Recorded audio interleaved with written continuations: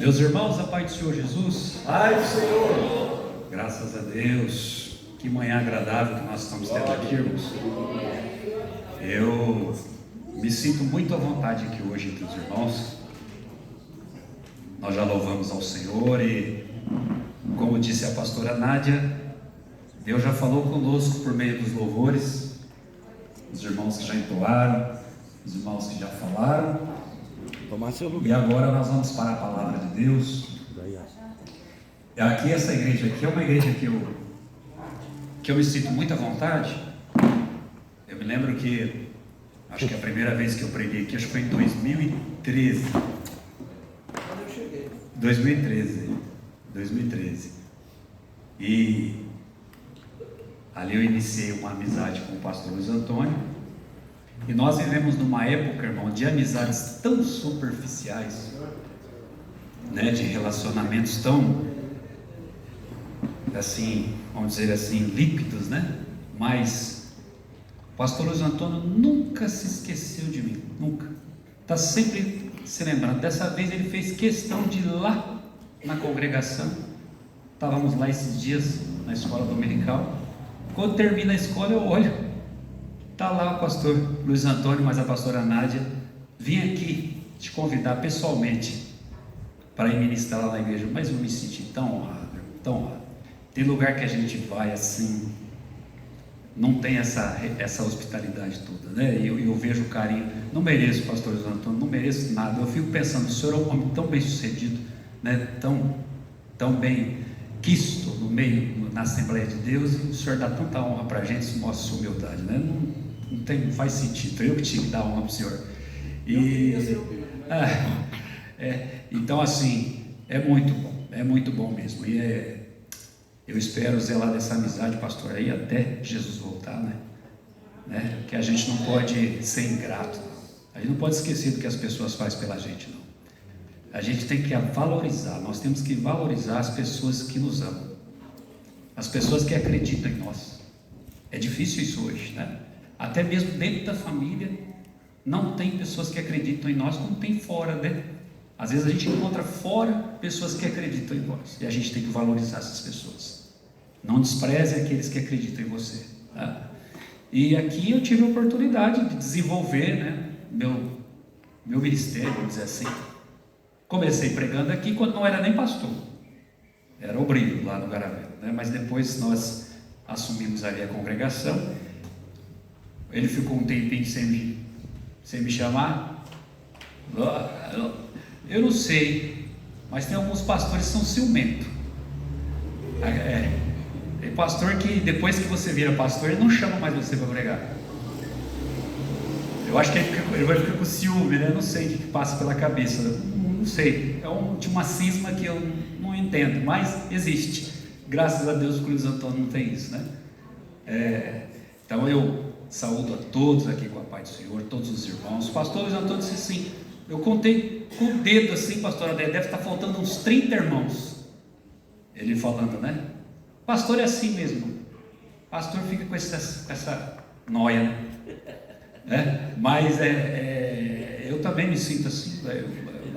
Lá no culto, às vezes eu estou lá no culto, lá no púlpito, os irmãos adorando e eu contando os irmãos que não veio. Isso aí como se diz, não tem jeito. Faz parte. Os irmãos adorando, tudo alegre, né? Às vezes a gente vê que nós valorizar os que estão aqui, ele fica preocupado com o que não veio, né? Não, o compromisso de Deus é com quem veio. Deus tem uma palavra para você.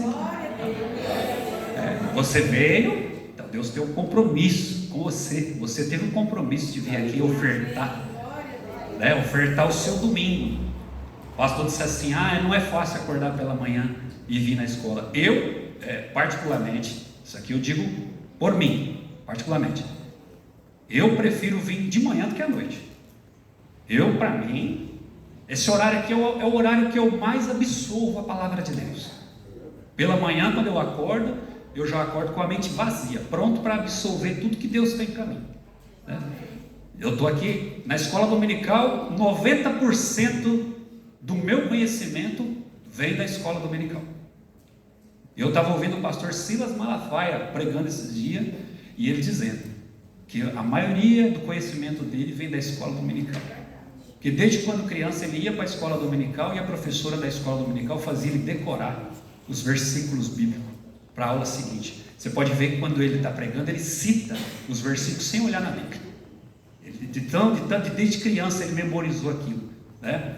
Porque quando criança é a melhor hora para nós absorver as coisas. A mente está vazia, né? Depois que você casa, irmão, aí vem conta, aí vem a mulher, aí vem os filhos, né, irmão? Aí o varão vai lá dormir, né? Demora ali pelo menos uns 40 minutos pensando como foi o dia que vai ter que pagar amanhã, não? Pelo amor de Deus, misericórdia. Isso aí não vai acontecer com você hoje não. Hoje você está aqui pronto para receber o que Deus tem para a tua vida. Estava vendo a pastora Nádia aqui pulando, rapaz. Olha, o que é o Espírito Santo de Deus na vida da pessoa, né? A gente vê jovem totalmente indiferente, estático, e a gente vê pessoas já que passaram por tanta coisa na obra de Deus, mas continua pulando, adorando, glorificando, chorando. É só o Espírito Santo de Deus que faz isso na vida da gente. As marcas vêm, mas elas são cicatrizadas pelo Espírito Santo de Deus, né? Aleluia. Deus abençoe o Divino. Divino é meu amigo particular, pastor. Foi padrinho de casamento, me conhece desde rapazinho. Desde criança. Quando eu cheguei de São Paulo, no início dos anos 2000, eu ia lá na casa dele, trabalhava de motorista na HP. Chegava lá, nós ficava lá sentado ouvindo o hino do Voz da Verdade no DVD. Né, menino? Lembra? Mas era uma benção. Nós cantávamos no coral lá no Garavelo juntos. Foi lá que eu aprendi a cantar. No século passado, né? Não, foi nesse século. Foi no início dos anos 2000. Pastor Antônio se engana, eu sou da década de 80, pastor. Sou novo. Mas glória a Deus por isso. Amém. Então, Deus abençoe a todos. Ali são 10h05. Eu tenho até 11, né? Até 11 horas é muita coisa, né? Eu acho que é muita coisa, mas eu vou passar aquilo que eu recebi, né? Tem uma ovelhinha minha ali, viu, pastor? Tem. Olha lá, a irmã Andréia lá. A Andréia congrega comigo. Eu vi ela ali. Ainda bem que ela me avisou ontem. Ela me avisou ontem. Ela falou assim: amanhã eu vou lá. Eu fiquei sabendo que o senhor vai lá no Luiz Antônio. Eu vou lá amanhã. Eu falei: mas não fala para ninguém. Não fala para ninguém. Eu não postei nem o banner que você me mandou. Eu não postei no status. Não posto. Porque eu não quero que ninguém falte lá na escola, lá na igreja lá. O desfalque lá vai ser só eu. Não pode não, os irmãos têm que estar lá. Mas a André é uma benção. Elas querem ter um parente aqui, né, André? O que é? Como que chama seu irmão? Antomás. Tomás. Não, ela é daqui. Quem é daqui? Ela? Quem é daqui? Ela? Aí você vai arrumar confusão. Não. Isso aí é um perigo, isso aí que você está fazendo. Você está entrando num terreno.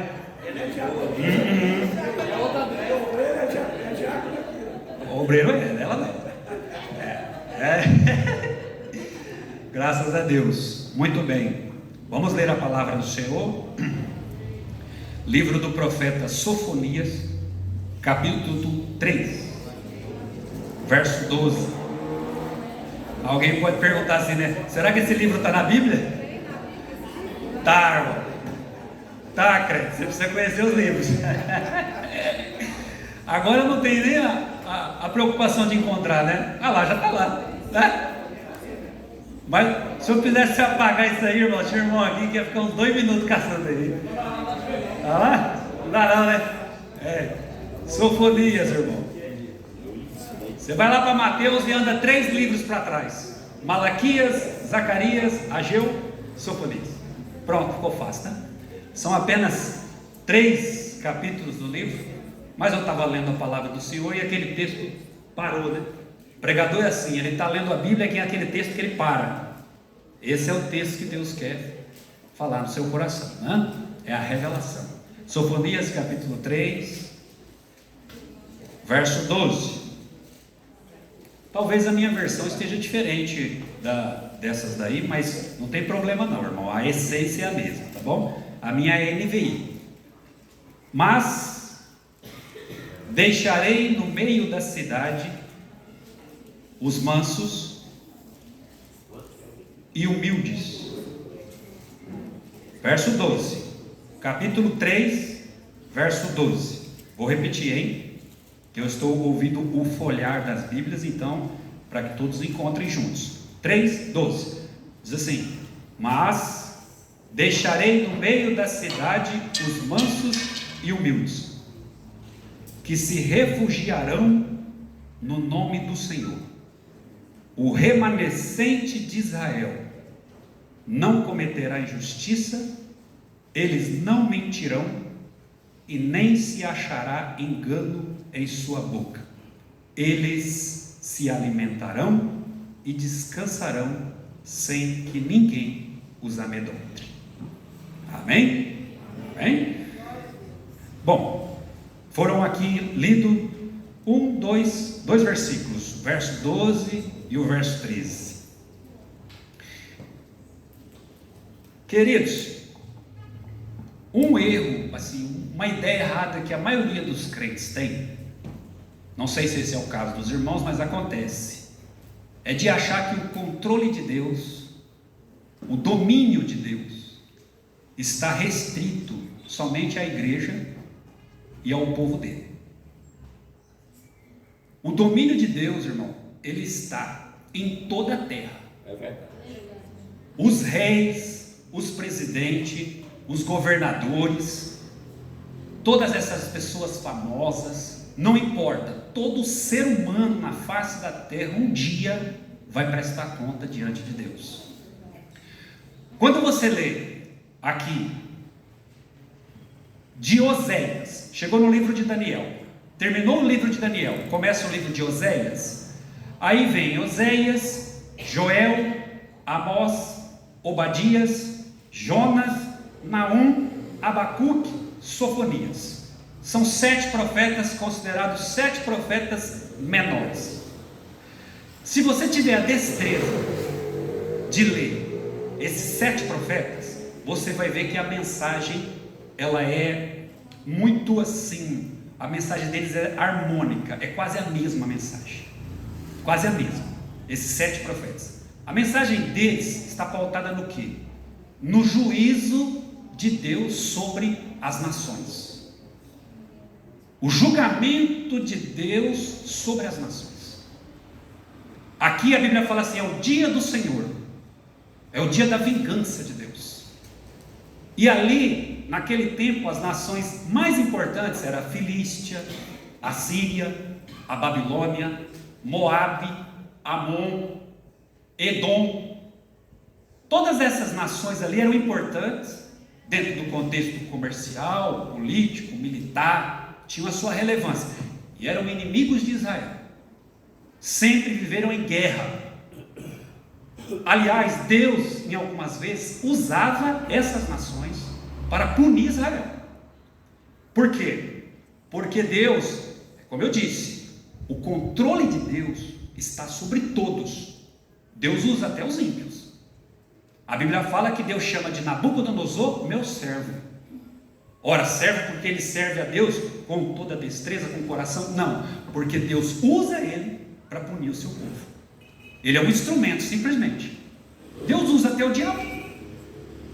Então, o controle de Deus. O salmista diz assim: uma vez disse o Senhor, 2 vezes eu ouvi que o poder pertence a Deus. O poder pertence a Deus. Os homens têm poder, os políticos têm poder, os ricos têm poder.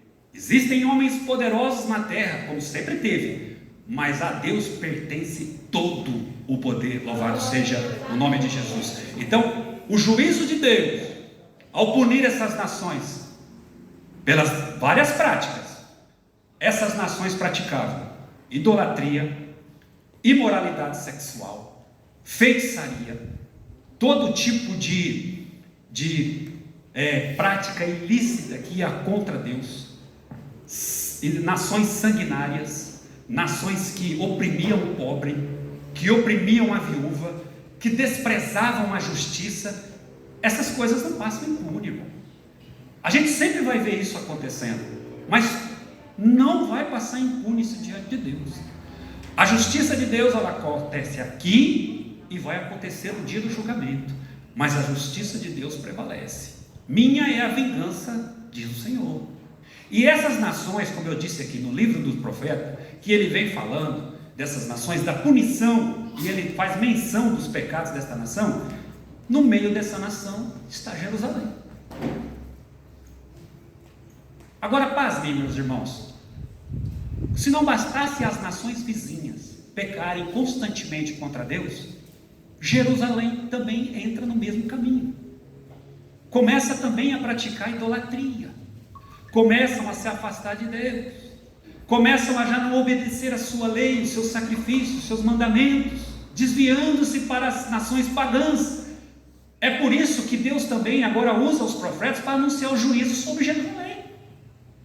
Ele está dizendo para Jerusalém, ó Jerusalém, quando chega aqui no capítulo 3, ele fala, ai da cidade rebelde, porque toda vez que Deus vai se referir a Jerusalém, aos pecados de Jerusalém, a palavra aparece, é iniquidade. Quando é referido às nações, é pecado. Quando é referido a Israel, é iniquidade. Qual a diferença, pastor, de pecado com iniquidade? Pecado são pecados na ignorância, nações que pecam sem conhecimento, mas também são dados conta diante de Deus, até mesmo os pecados por ignorância. Agora, já os de Israel são pecados conscientes, são pessoas que têm a revelação, que tiveram a lei, são pessoas que ouviam a voz de Deus, pessoas que tinham ensinamentos, e no entanto essas pessoas faziam questão de pecar consciente. Eu sei que é errado, mas eu vou fazer. Eu sei que isso é pecado, mas eu tenho um coração obstinado, como era o de Israel, a pecar contra os mandamentos de Deus. E Deus está dizendo, eu vou punir as nações em volta, mas também vou punir Jerusalém, ou seja, o meu povo. Agora, quando chega aqui no versículo que eu li, no capítulo 12, Deus fala de um outro povo. Tem as nações que pecam contra Deus constantemente, tem Jerusalém. Agora, no meio de Jerusalém, dentro de Jerusalém, tem uma pequena parte ali que a Bíblia chama de remanescente. Quem são esses? São aqueles que não se contaminam, não pecam, não mentem, não enganam, não se desviam. Aconteça o que acontecer em sua volta, permanecem fiéis, adorando e glorificando o nome do Senhor. Esses remanescentes são aquele pequeno grupo de pessoas que são preservados por Deus. Deus preserva eles em tudo, da ira, da maldade, do engano, da destruição. A Bíblia fala assim, estes são aqueles que eu preservarei, estes são aqueles que não se contaminaram. Aí o versículo 3 diz assim, ó, e eles se alimentarão, descansarão, sem que ninguém os amedronte. Eu estava vindo aqui para casa, e é impressionante, todas as vezes que eu vou me dirigir a alguma igreja para pregar, esse sentimento vem ao meu coração. Eu me deparo com as pessoas andando na rua, nos bares, aquele monte de pessoa na feira, e eu fico imaginando assim, meu Deus, quantas pessoas que nessa hora poderiam estar na igreja, mas estão aqui tão alheios e indiferentes com relação às coisas de Deus. Chega a me dar uma tristeza, mas sabe o que o Espírito Santo de Deus falou no meu coração? Que o povo dele sempre foi a minoria. O povo de Deus nunca foi a maioria, nunca. Nós temos hoje 8 bilhões de habitantes na terra, e somente 1 bilhão de crentes, são 7 bilhões a mais. O povo de Deus sempre teve desvantagem, Deus nunca teve a maioria a seu favor. No Brasil são 213 milhões de habitantes, só 40 milhões de evangélicos, que se dizem cristãos. Agora a gente não sabe se todos esses são fiéis, porque a igreja está cheia de gente que tem a igreja simplesmente como um clube social, que só sabe vir para a igreja, mas não tem nem ideia do que é ser igreja. Agora o fato é que o povo de Deus nunca foi maioria. Nos dias de Noé era só ele. Imagine você, uma geração inteira pecando, e só você temendo a Deus. Nos dias do deserto de Israel, mais de 600 mil homens, pastor, no deserto, só Caleb e Josué entraram na terra prometida. Imagine lá na Babilônia, milhares de pessoas de todas as nações que foram ali cativas à Babilônia, mas só 4 não se curvou diante da estátua: Daniel e seus amigos. Nos dias de Elias, só ele como profeta. Um dia ele chegou até a questionar a Deus. Ele disse: mas só eu estou profetizando aqui, Senhor? E aí Deus disse para ele: não é só você não, tem mais 7 mil que também não dobraram seus joelhos. Porque às vezes a gente pensa que é só nós que sofrem, mas tem muita gente também sofrendo juntamente conosco, por causa do reino de Deus. Agora o fato é que Deus preserva o seu povo, que tem sempre um remanescente. Eu vou te dar um dado aqui, irmão, você vai pasmar.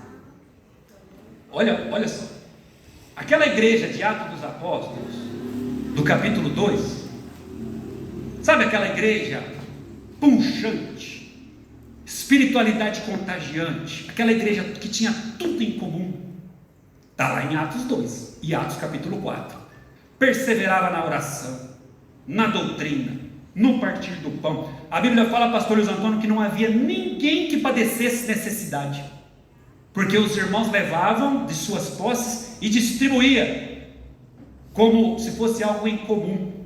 Ninguém.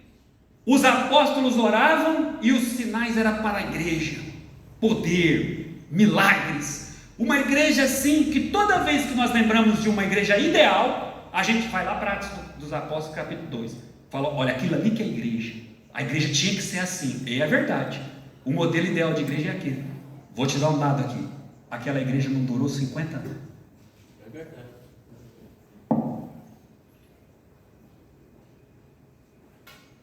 Aquela igreja tão poderosa como a igreja primitiva não durou 50 anos. Quando os apóstolos morreram, quem assumiu a igreja foram os bispos. E no ano 300, quando Constantino assumiu o império, a igreja tornou-se, a religião, o cristianismo se tornou a religião oficial do império. Foram 1000 anos de papado, 1000 anos de poderio da igreja católica, uma devastação da doutrina. Ninguém mais prejudicou a igreja do que a igreja católica. Se tiver algum católico aqui, você me desculpe, não é a minha intenção te ofender, mas o fato é que isso é história, e estão aí para serem constatadas. Foram 1000 anos de devastação, de desvio de doutrina, de imoralidades por meio dos papas, de corrupção política, de todo tipo de opressão do povo, que a igreja católica cometeu um dano terrível na igreja, que a reforma protestante, que veio no ano de 1500, não conseguiu até hoje ser de fato protestante. A igreja sempre sofreu, irmão, sempre sofreu. No início do século XV, começou um movimento chamado conhecimento filosófico. Conhece? Surgiu ali, pastor, os filósofos. Aliás, já tinha os filósofos, né, no tempo de Jesus, mas nesse período do ano de 1500 para frente, surgiram ideias de filosofia que revolucionaram o mundo, chamado iluminismo, o renascentismo, a era da razão. É como se fosse a morte de Deus. Esse movimento filosófico, pastor, quis tirar Deus da jogada. Tudo era Deus, Deus era o centro até ali, mas depois eles tiraram a religião. Deixa de lado a religião, Deus não existe, o negócio é usar a razão, vamos pensar, para com isso, negócio de fé. Foram uma morte da fé, foram arrefecendo filosofias, essas ideias humanas substituíram a palavra de Deus. É por isso que a reforma foi arrefecida. Não conseguiu haver a reforma. Os líderes, as pessoas que deram seguimento no movimento de Martim Lutero, de John Wesley, todo esse povo, essas pessoas fundaram igrejas, mas não conseguiram manter a igreja ideal. Não alcançou a igreja ideal. A igreja continuou com seus problemas. A fé do povo é abalada. E só no início do século XIX, no final do século XVIII, que veio os pietistas, que vieram os santos das Ilhas Britânicas, que vieram os morávios, e começaram um movimento chamado movimento pentecostal. Pessoas que tiveram a experiência do batismo com o Espírito Santo, e começaram então a divulgar essa doutrina que já não era pregada mais, e essa doutrina foi espalhada por onde esse povo passava, e a Inglaterra inteira, irmãos, se converteu a Deus. Louvado seja o nome do Senhor. No poder do Espírito Santo, homens que pregavam a cavalo, homens que pregavam a pé.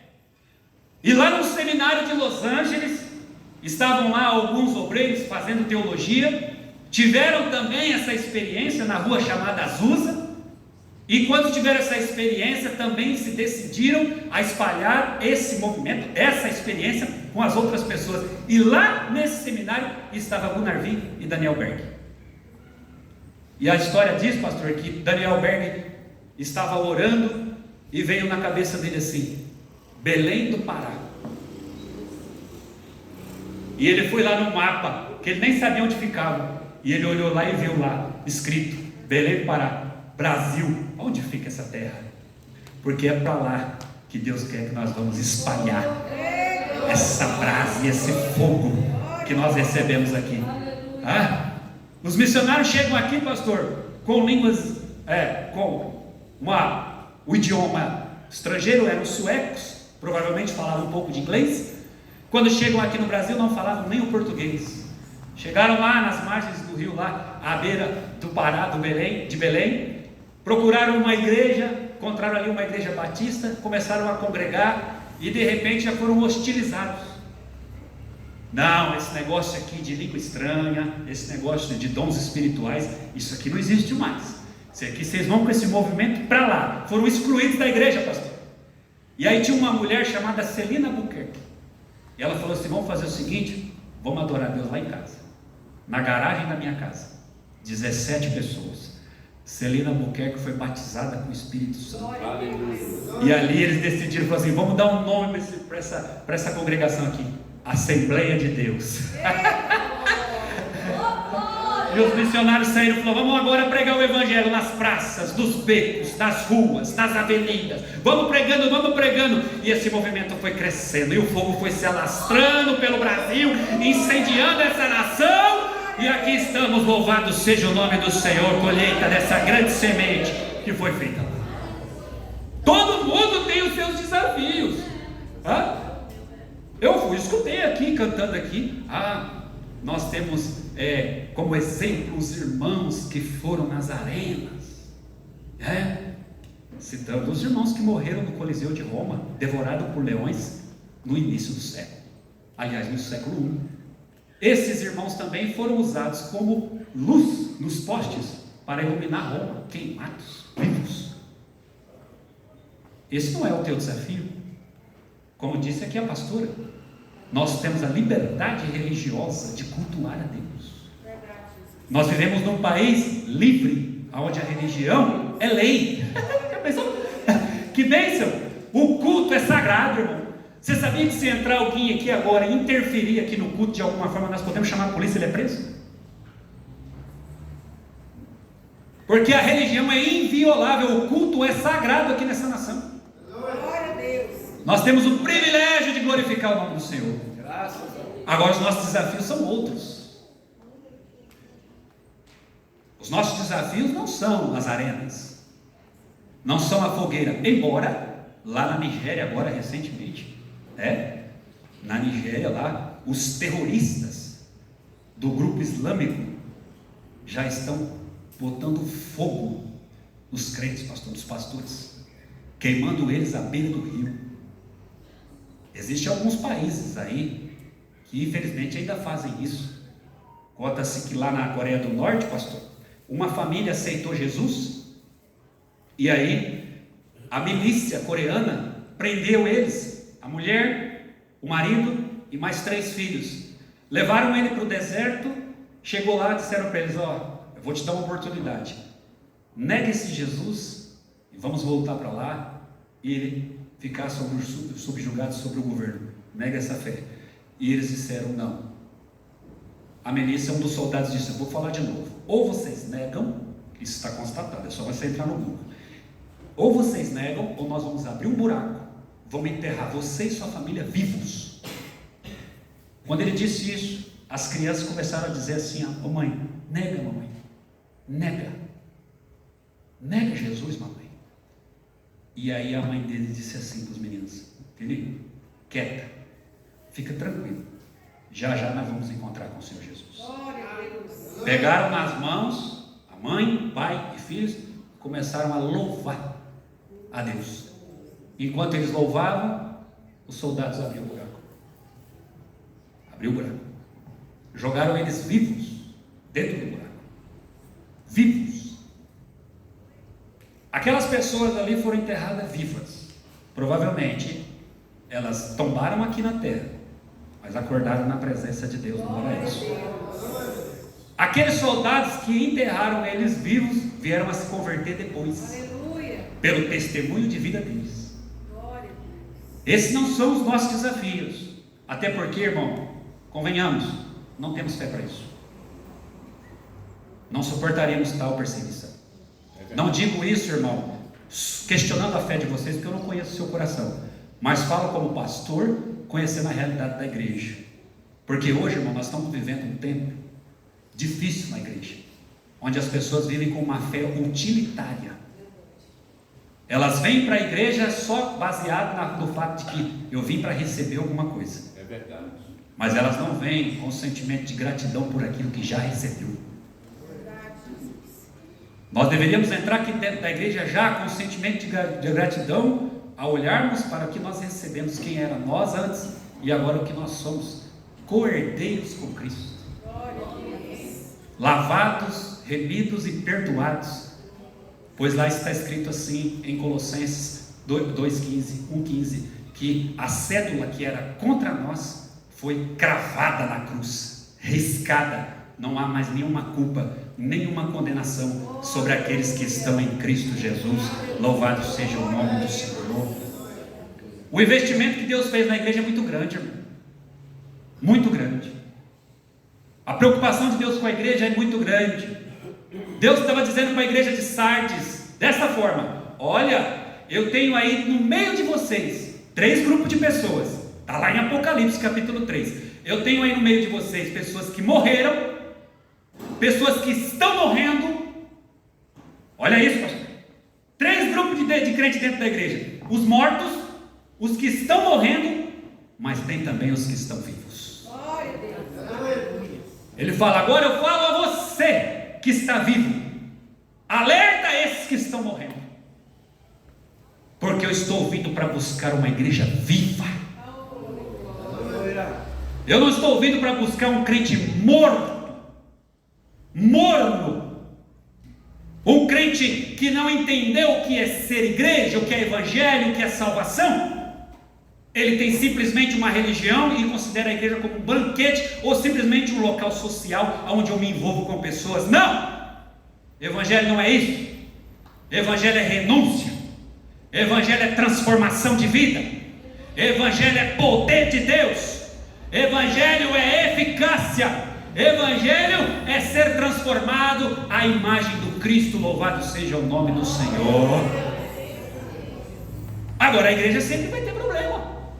Por quê? Porque o mundo está aí, meu irmão. E o diabo não brinca. Esses dias, falar diabo na igreja é fanatismo. Não pode falar do diabo, não pode falar do inferno, não pode falar do demônio. Ah lá, está fanático. Tudo é demônio. Espiritualiza tudo. Mas o fato é que o reino das trevas trabalha. E ele trabalha 24 horas para afastar o crente da presença de Deus. Você, se os seus olhos espirituais fossem abertos agora, você ia ver o que é o reino de Deus. Você ia ver a batalha espiritual que está em teu favor. Crentes que já não enxergam mais o mundo espiritual, estão cegos. Cegou-se o entendimento. O diabo está cirandando na família. está destruindo o lar, está causando confusão, está prejudicando as suas condições financeiras, está tirando o seu ânimo, tirando as suas forças, impedindo suas orações, e você não se deu conta, está cego, porque as coisas deste mundo, elas minam a nossa fé. Quanto mais nós embaraçamos com as coisas deste mundo, mais nós perdemos Jesus de vista. É verdade. E a preocupação de Deus é com esse povo, porque esse povo tem que ser preservado. A Bíblia fala assim: vós sois o sal. Se o sal perder o seu sabor, ele não serve para nada, a não ser para ser pisado pelos homens. E Deus não nos chamou para ser pisado pelos homens, mas para exercer autoridade sobre os homens. Porque a autoridade foi dada para a igreja. Deus te deu autoridade, irmão, para você exercer sobre a sua família, sobre o seu trabalho, sobre a sua casa. As bênçãos de Abraão estão sobre a igreja. O crente precisa ter conhecimento da autoridade que lhe foi dada, para ele não servir de instrumento do diabo, para não dar lugar ao diabo, e para não permitir pessoas, pastor, que estão atraindo maldição. O crente, alguns irmãos, infelizmente, tem uma tendência de transformar maldição, de transformar bênção em maldição. Você quer ver? Vou te dar um exemplo. O sexo é uma bênção, é uma dádiva de Deus. Foi Ele que deu. Ele disse a Adão e Eva: multiplicai-vos. Foi uma bênção que Deus deu, mas o homem corrompeu o sexo, transformou numa maldição, através da imoralidade, da pornografia, da lascívia, do adultério, da promiscuidade. Hoje se tornou vulgar dentro da igreja. Pessoas sem pudor. O homem tem essa tendência de transformar o que é bênção em maldição. Você quer ver outra coisa? O trabalho. Não existe nada mais sagrado que o trabalho, porque a Bíblia diz assim: do suor do teu rosto comerás. E o trabalho dignifica, o trabalho traz o sustento, é do trabalho que vem. Todos nós aqui reconhecemos isso. Nós somos capazes de acordar no domingo pela manhã para trabalhar, porque o trabalho é de onde vem o nosso sustento, é sagrado. Só que tem alguns irmãos que transformou o trabalho em maldição. Trabalham dia e noite, não tem tempo para a família, não tem tempo para vir ao culto, não tem tempo para orar, não tem tempo para adorar, não encontra tempo para nada, escravo do trabalho. Eu tenho irmãos na minha igreja que trabalham de dia em Campinas e à noite fazem iFood. Ah, pastor, mas o senhor não entende a situação financeira dele. Talvez ele precisa quitar algumas dívidas. Então tá, quitou as dívidas, volta primeiro para o trabalho só. Mas não continua, porque a ganância toma conta do coração. Nunca é o suficiente. Nunca. E o trabalho rouba. Eu tinha um irmão na nossa igreja que ele tinha um negócio na feira. E ele orava aqui, de madrugada, orava aqui nas campanhas que nós fazíamos. Ah, Senhor, abençoa, me abençoa, me prospera esse meu negócio. E Deus prosperou, pastor. Começou a vender pastel na feira, o homem começou a ficar bem de situação. Começou a trocar de carro, reformou toda a casa, comprou lote, está bem de situação. Pastor, saiu da igreja. Porque a feira é nos domingos. Parou de vir na escola, parou de vir no culto à noite, parou. E aí, irmão, pai do senhor, como é que tá? Ô, irmão, tá uma benção, estou trabalhando lá. Ô, maravilha. E a igreja? Não, irmão, eu estou tendo tempo trabalhando no domingo e tal. Semana eu estou acordando de madrugada, não está dando mais, mas uma hora vai dar. Saiu da igreja. Tem um movimento aí, irmão, um movimento aí que chama dos desigrejados. Eles vivem, são 16 milhões de pessoas no Brasil. Eles vivem dizendo que não tem necessidade de igreja. Na verdade, irmão, eles sabem que a igreja é necessária. Eles sabem que o único lugar de exercer a fé é na igreja. Eles sabem disso, mas eles são contra o movimento, porque eles não dão conta de ser crente. Porque aqui, irmão, é ferro afiando ferro. Irmão, o crente que sobrevive aqui, ele sobrevive em qualquer lugar. Oh, glória! Difícil é ser remanescente aqui no meio, aqui, ó. Difícil é ser crente aqui, ó. No irmão que você vê defeito. Só que o mesmo irmão que você vê defeito, ele também vê em você. Quando você tem um dedo apontando para o irmão, tem 5 voltados para ti. É o mesmo. É ferro afiando ferro. Ó, como diz lá em Provérbios. Relacionamento. Pastor, eu estou procurando uma igreja que não tem problema. Onde é bênção, onde tudo é o céu, é o céu. Eu falo para esse irmão, não vai para lá. Se você for para lá, você vai estragar essa igreja. Não existe, meu querido, igreja perfeita. Eu estou falando para ti que aquela igreja lá durou só 50 anos. De lá para cá só foi problema, meu amigo. E nos dias atuais não é diferente. Mas os preservados por Deus, os remanescentes, que independente do que aconteça, continuam com a fé nele, esses sim estarão dando seguimento na obra de Cristo que foi iniciada lá na cruz. Anuncie a palavra para aqueles que estão morrendo, aqueles que estão mortos, o despertamento. Por quê? Jesus disse, irmão, que a volta dele seria como nos dias de Noé.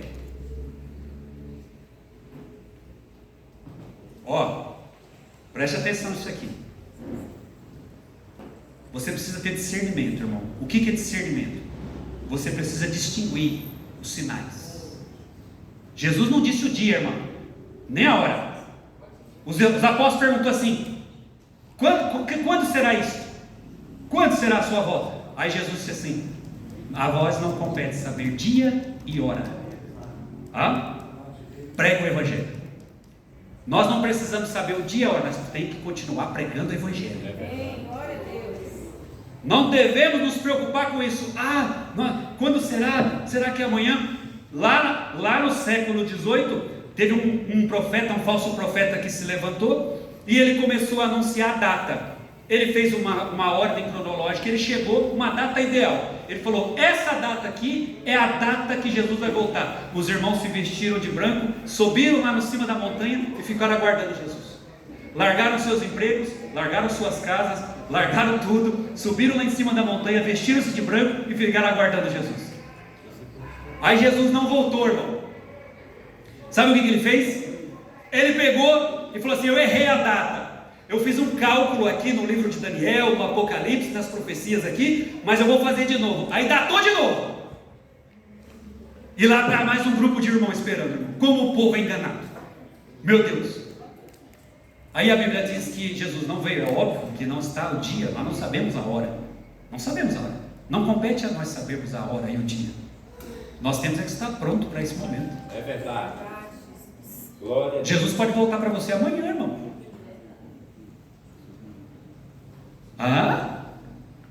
Eu estava internado lá no HGG.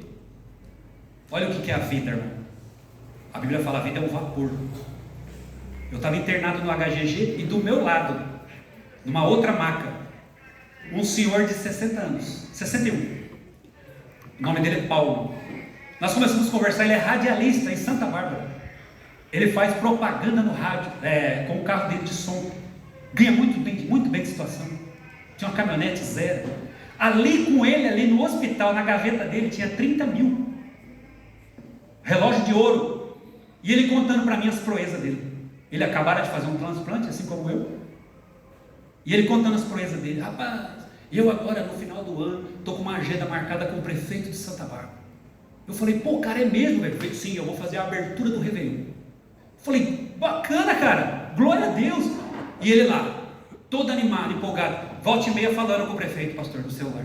Sim, prefeito, está marcado, vai ser no Réveillon, fica tranquilo. Pastor, o senhor não vai acreditar nisso. Esse homem começou a sentir uma dor, aqui ó, uma dor. E aí ele pegou e acordou numa madrugada. Eu também vi que ele acordou e vi que ele estava sentado na cama, meio que cambaleando, e ele fazendo assim. Tanto eu quanto o outro paciente, preocupados, fomos lá e chamamos a enfermeira. Corre aqui, enfermeira, comigo, tá? Levaram ele para o banheiro. Ele começou a defecar sangue, pastor. Defecar sangue, perdendo toda a sua força, desfalecendo. As enfermeiras ficaram lá um bom tempo com ele dentro do banheiro. Depois que ele fez ali o que tinha que fazer, trouxe ele para a maca novamente, ele deitou. E antes mesmo que as enfermeiras saíssem, ele virou para o lado assim, começou a vomitar sangue. Do nada, irmão. As enfermeiras pegaram ele, levaram ele para a UTI, tentaram ali fazer uma cirurgia rápida para ver o que era interno, dentro, para ver o que tinha, alguma coisa. Ele morreu naquela noite. O homem faz planos, mas a resposta vem. Você sabe do amanhã? Você está procrastinando. Você está procrastinando a mudança, deixando para amanhã. O tempo de mudança é hoje. Aleluia. 2026 já começou e não pode ser igual a 2025. O tempo da mudança começa hoje. Você nem sabe como será o amanhã. Talvez amanhã, Moisés foi orar para Faraó falou: amanhã você ora. O amanhã pode ser tarde demais. A igreja não pode mais, irmão. A igreja não pode mais ficar alheia a tudo que está acontecendo. Os sinais são evidentes, latentes à nossa volta. A natureza está se revoltando, pastor. Tempestades, irmãos, nesse ano que eu nem imaginava. Várias capitais encharcadas pela água. Agora veio uma nevasca lá no norte, na América, que nunca houve, irmão, um frio de 40 graus abaixo de zero. Os nova-iorquinos estão morrendo. Recentemente agora incendiou uma cidade do nada lá. Olha a cidade que teve o Globo de Ouro. Começou a pegar fogo. Agora nós estamos chegando aqui no carnaval, irmão. No carnaval, alguns mãe de santo, pai de santo de terreiro aí dizem que nessa época de fevereiro a chave do Brasil é entregada na mão de Satanás por causa dessa festa. Está repreendido no nome de Jesus. O Brasil é do Senhor. Porque enquanto a igreja estiver aqui na terra, irmão, o diabo está anulado. Enquanto houver um crente de joelhos orando, o Senhor está trabalhando, transformando, movendo, operando por meio da sua igreja. Louvado seja o nome do Senhor. Não dá mais. Os nossos desafios hoje não são mais, irmão, a perseguição ferrenha como houve no primeiro século. Nosso desafio hoje são as distrações. Aqui, ó, isso aqui é uma bênção. É uma bênção. Pô, pastor, o celular é uma bênção? Bênção de Deus. Está aqui, ó. Eu me lembro quando eu cheguei aqui em Goiânia para me falar com a minha mãe, eu tinha que ir lá e comprar um cartão de 40 unidades, que era caro, e aí depois eu chegava lá e ainda falava 2 minutos. Não dava tempo nem de se despedir. Acabou as unidades. No orelhão. Na década de 90 só tinha telefone que era rico. É verdade. Hoje eu falo com a minha mãe até se eu quiser ver ela. Ligo a chamada de vídeo. Mãe, e aí? E cortou a distância. Mata até a saudade. Não é como pessoalmente, mas dá para aliviar. Celular. Moço, depois que eu coloquei o aplicativo, eu nunca mais fui numa lotérica. Nunca mais fui num banco, gente. Eu pago até IPVA pelo celular. Nunca mais imprimi um boleto. Pastor, eu já ganhei 2.000 num dia no celular. E não foi no Tigrinho não, viu, irmão? Você que joga Tigrinho, crente, você precisa converter. É verdade. Te peguei, hein? Agora, aqui, ó. Já fiz contato com o cliente, vendi o produto, instalei o material, sem medo sequer ver ele, e recebi o dinheiro. Isso aqui é uma bênção, pastor. É uma bênção. Agora nós transformamos bênção em maldição. Crente que usa o celular, meu Deus, irmão, nós estamos viciados. Jovens irmãos que são capazes de ficar 5, 6 horas só, pastor, daqui 10 anos, essa parte do dedo aqui, ó, ela vai estar fina, de tanto, ó, rio.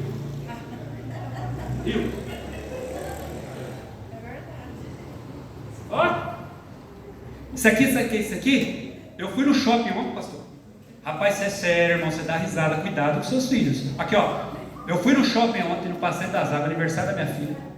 Levei ela lá, sentei lá na lanchonete, esperando o meu lanche. Eu vi uma situação entre um pai, a mãe e uma criança aproximadamente de uns 4, 5 anos. Pastor, ele pulava no pai.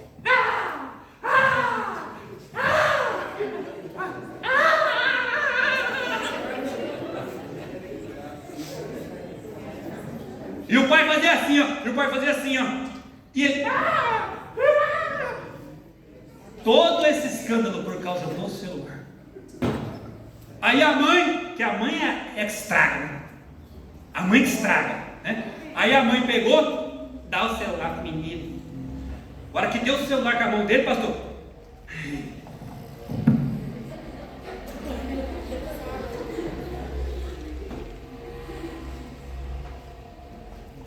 Lá, aqui eu não sei.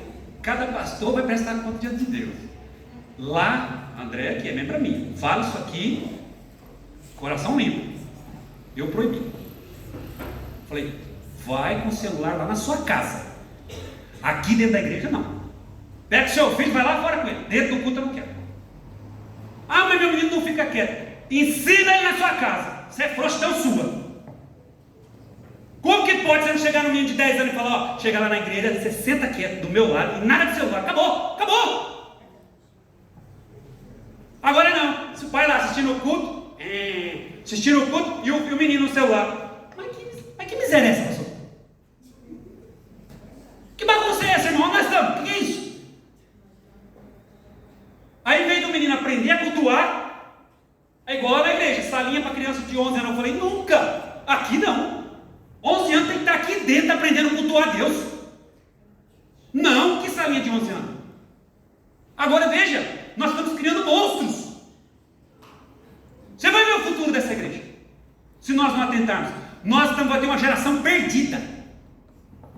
Se hoje até velhinha de 65 anos, com o óculos lá assim, aqui assim, ó. Só tem óculos, pastor, não estou falando da senhora não.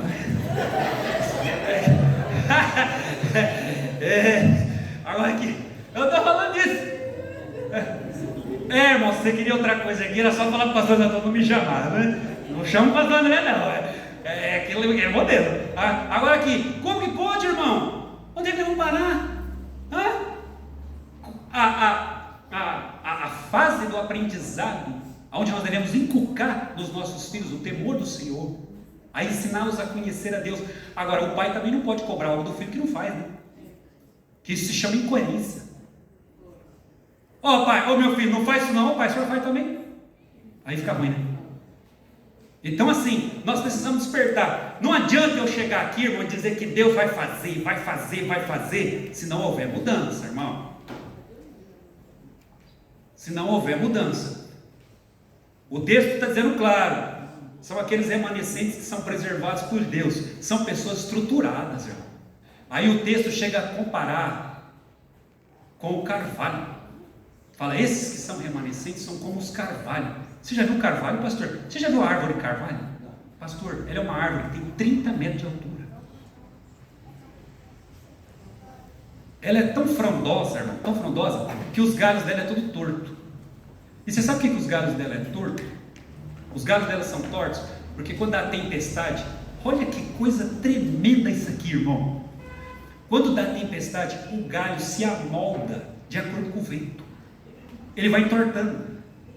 É uma árvore, como que pode, irmão? Uma árvore que tem a madeira mais dura, que é o carvalho, uma das madeiras mais duras, no entanto também é maleável, com o vento. Você sabe o que Deus nos ensina com isso? É o equilíbrio. O crente tem que ter convicção. Jesus disse assim, vocês têm que ser prudente como a serpente, mas simples como a pomba. Isso é equilíbrio. Tem a hora de ser duro, pastor, mas tem a hora também de ser flexível. Crente duro demais, estraga. Crente também frouxo demais, mas tem que ter um equilíbrio.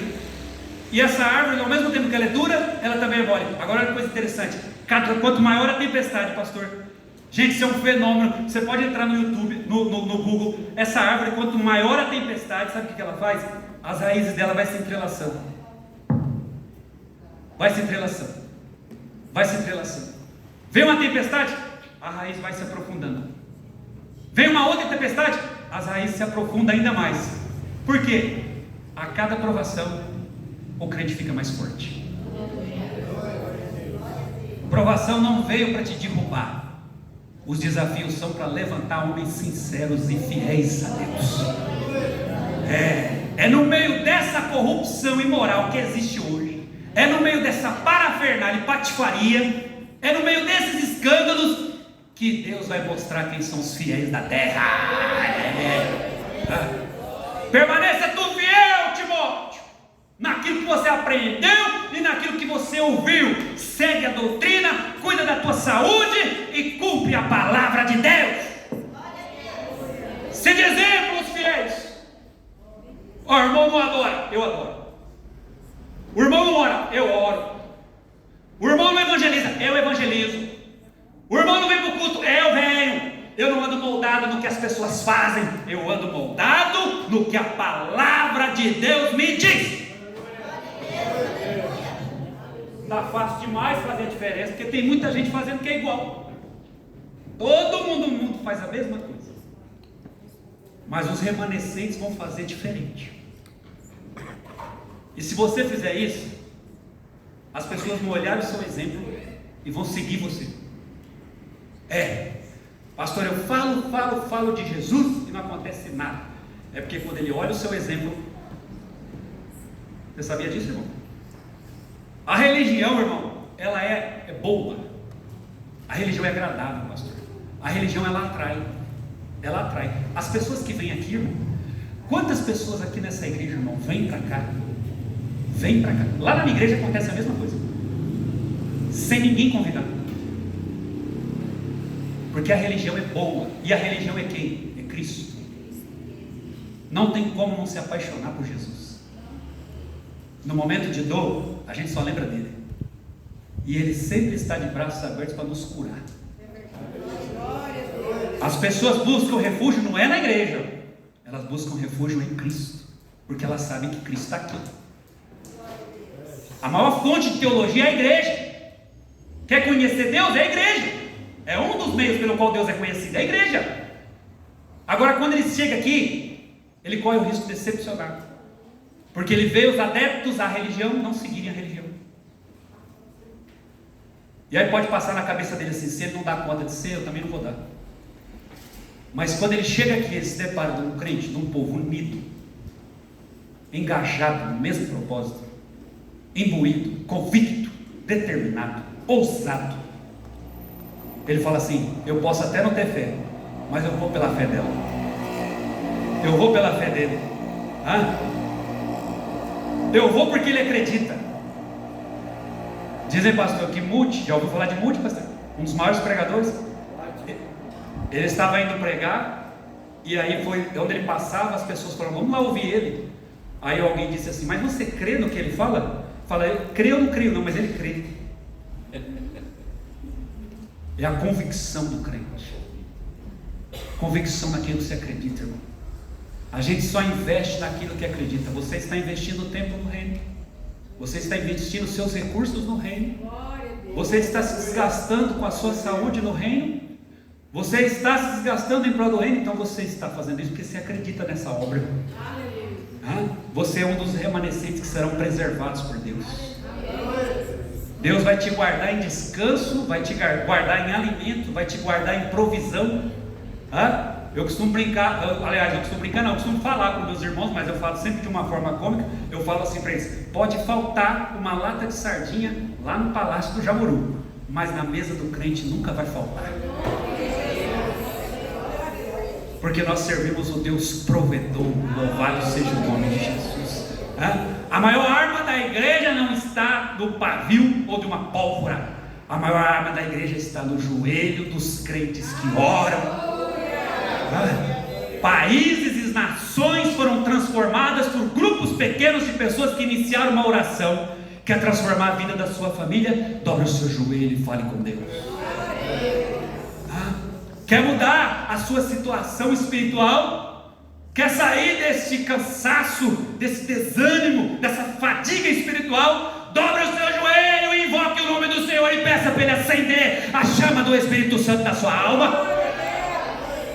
Não aceite, irmão, jamais essas cinzas no altar. Remova ela com as pá hoje, nessa manhã, e deixa que o Espírito Santo acenda novamente essa chama no seu coração. Aleluia, aleluia. Louvado o nome do Senhor. Permita que o Espírito Santo nos liberte de todo vício, de todo má costume, mau hábito, tudo isso, e nos permita viver a plenitude do Evangelho da presença. A hora que nós chegarmos na casa de Deus, nós não vamos ficar indiferentes, e não vamos permitir que nada roube a nossa adoração, porque nós já acendemos a lareira lá em casa. Glória a Deus. Eu não deixo para acender aqui não, porque o culto é uma repercussão do que você vive lá fora. Verdade. Como que pode eu viver a semana inteira na carne e no domingo estar no espírito? Não existe, isso é incoerência, é fora da lógica da conta espiritual. A adoração não se restringe ao culto às 18h30. A adoração, ela está alinhada, ela está atrelada no dia a dia, na segunda, na terça, na quarta, na quinta, na sexta e no domingo. Só é uma repercussão daquilo que eu já vivo diante de Deus. Aleluia! É a repercussão da minha vida. Não é uma vida de dias, não. Paulo falou, esqueça dias e datas. Jesus disse à mulher samaritana: você está preocupado com o local. Com o local. Onde que eu tenho que adorar, Jesus? Em Jerusalém? Em Samaria? Qual é o lugar que eu tenho que adorar? Jesus falou: meu Deus, você está preocupado com o local, mulher. Deus procura, e a hora é agora, verdadeiros adoradores, que adoram em espírito e em verdade. Aonde tiver um crente, ali é um altar de adoração a Deus. Não existe local. Não existe local. Não existe local. E Deus quer acender de novo. Jesus diz em Mateus capítulo 12, Lucas 12, verso 49: eu vim lançar fogo sobre a terra, e o que eu mais quero já está aceso. O altar está fumegando, mas Jesus assopra e o fogo pega, e a presença de Deus é real na tua vida. Louvado seja o nome de Jesus.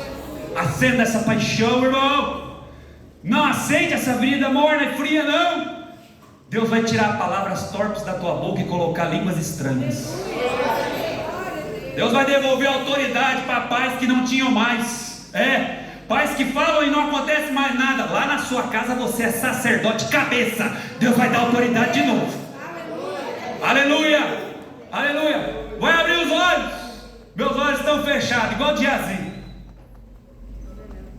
servo de Eliseu, olho fechado, crente com olho fechado, não consegue enxergar o futuro glorioso que Deus tem para ele, só enxerga os problemas em sua volta. Chegou a hora de tirar os olhos do terreno e do que está em sua volta e olhar para cima, porque é do alto que vem o socorro. Aleluia, aleluia. Dá uma olhadinha em sua volta agora, Geazi, porque os seus olhos estão abertos. Não vai enxergar espadas e cavalos de assírios, mas vai enxergar o exército de anjo que está ao nosso redor, a favor da nossa família. Louvado seja o nome do Senhor. Tira o olho do problema. Está dando ênfase demais para isso. Está sucumbindo a sua fé. Está te retardando. Eu estou dando ênfase demais. Quando eu tiro os olhos do presente e coloco no futuro, ou seja, tiro os olhos daquilo que eu tenho e coloco os olhos naquilo que eu ainda não tenho, surge ingratidão no meu coração. Glória a Deus. Seja grato por aquilo que Jesus já fez. Aleluia. O que vem pela frente é só consequência do seu trabalho e da sua fé. Mas até aqui o Senhor tem nos sustentado. Aleluia. Glória a Deus. Esteja satisfeito e grato. Quando entrares na presença de Deus, tenha certeza de que Ele é galardoador daqueles que o buscam e se aproximam dEle. Não saia daqui sem levar aquilo que Deus tem para você. E o que Ele tem para você é o melhor, porque você é mais do que vencedor em Cristo Jesus. Perdedor aqui é só o diabo, porque ele já foi derrotado na cruz e sabe que o tempo dele está acabando. Mas para a igreja está reservado um futuro glorioso. Louvado seja o nome do Senhor. Eu me alegro a Deus por isso nessa manhã. Glória ao nome de Jesus. Aleluia, aleluia. E eu não vou permitir que nada roube a minha adoração, nem mesmo a frustração, nem mesmo os embaraços, nem mesmo as indiferenças, nem as ingratidões, as ofensas. Joga por terra aqui nessa noite, irmão. Abra o teu coração para o perdão. Só tem um jeito de avançar, é quando eu esqueço o que ficou para trás. Verdade. Enquanto os meus olhos estiverem fixos no passado, eu não consigo andar. Mas quando eu paro de olhar para trás e começo a olhar o que está diante de mim, eu prossigo para o alvo, para o prêmio, para a recompensa. Deus tem um futuro muito melhor para você do que o que você perdeu. Deus tem muito mais para você de adiante do que o que ficou para trás. Se eu fosse você, eu levantava a minha mão, glorificava o nome do Senhor, tomava posse do que foi dito aqui nesta manhã, adore a Ele em temor nesta noite, e enquanto você adora, receba a presença do Espírito Santo de Deus aí na tua vida, renovando a tua força, regando as tuas raízes e mostrando que Ele ainda é contigo. Louvado seja o nome do Senhor. Aleluia, aleluia, louvado seja Ele, a Ele, a Ele. Deus tem compromisso com os fiéis da terra. Glória a Deus, aleluia. A oração do justo pode muito os seus efeitos. Quer mudança? Ore. Quer mudança? Adore. Continue com a tua fé nele. Continue confiando nele. Continue crendo na palavra dele. Continue, porque Ele vai se revelar a você dia a dia, dia a dia, dia a dia, dia a dia. Você vai ouvir a voz dele. Levanta a mão, levanta a mão. Levanta a mão que eu estou sentindo Deus aqui nessa manhã. É Deus falando com você aqui nessa manhã. Ó, você é filho da graça. Você é filho da graça. Você é filho da graça. Deus tem o melhor para você. Louvado seja o nome do Senhor. Aleluia. Aleluia, Senhor meu Deus, enquanto eu prego aqui, derrama do teu poder sobre a vida dele, sobre a vida dela, sobre a vida desse jovem, sobre a vida dessa criança, sobre todos que estão aqui nessa manhã. Rega-nos com o orvalho da tua justiça, rega-nos nesta manhã com a sua doutrina e nos levanta para um novo tempo. Louvado seja o nome de Jesus. Glória a Deus, aleluia. Aleluia, aleluia, aleluia. Aleluia. O seu culto vai ser diferente. A sua adoração vai ser diferente. Oh, você não é qualquer um, você é filho da graça, o herdeiro com Cristo. O diabo tem inveja sim, ele vai fazer de tudo para tirar você da presença de Deus, mas o Espírito Santo está intercedendo por você nessa manhã. Não vai roubar não. Deus tem muito mais para você aqui. Louvado seja o nome dele. Aleluia. Aleluia. Carvalhos de justiça aqui nessa manhã que glorifica o nome do Senhor. Oh glória. Oh, eu sinto o perfume que está exalando do teu jardim. Ai, que macéria. Eu sinto que o tempo das cinzas está acabando. Aleluia. Deus está levantando aqui pessoas. Aleluia. Está removendo as cinzas, aleluia, aleluia. É só você lá na sua família? Amém. É tu mesmo que Deus vai usar para transformar. Aleluia, aleluia. Pastor, é só eu, pastor, lá em casa, não tem ninguém. Estou sofrendo perseguição. É, meu irmão, parabéns, foi tu mesmo que Jeová escolheu. É tu que vai ser um canal de bênção lá na tua família. Receba o poder de Deus nessa manhã para fazer a história.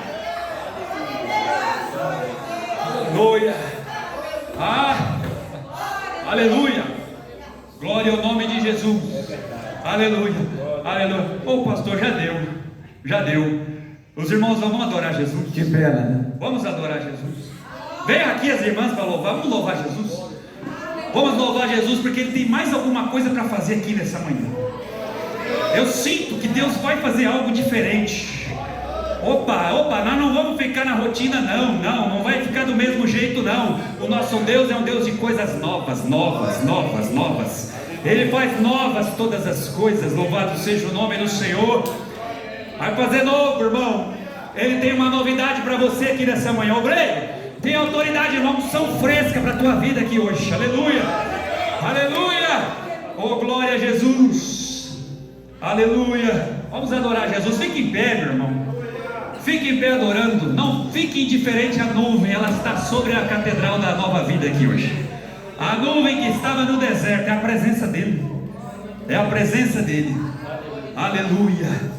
Aleluia, Jesus. Aleluia. Obrigada, Senhor. Obrigado mesmo. Por esses momentos tão graciosos, tão abençoados. Que palavra maravilhosa. Como me enriqueceu o meu coração. Como me deu gozo. Como me deu paz. Como me deu alegria. Vamos adorar o Senhor.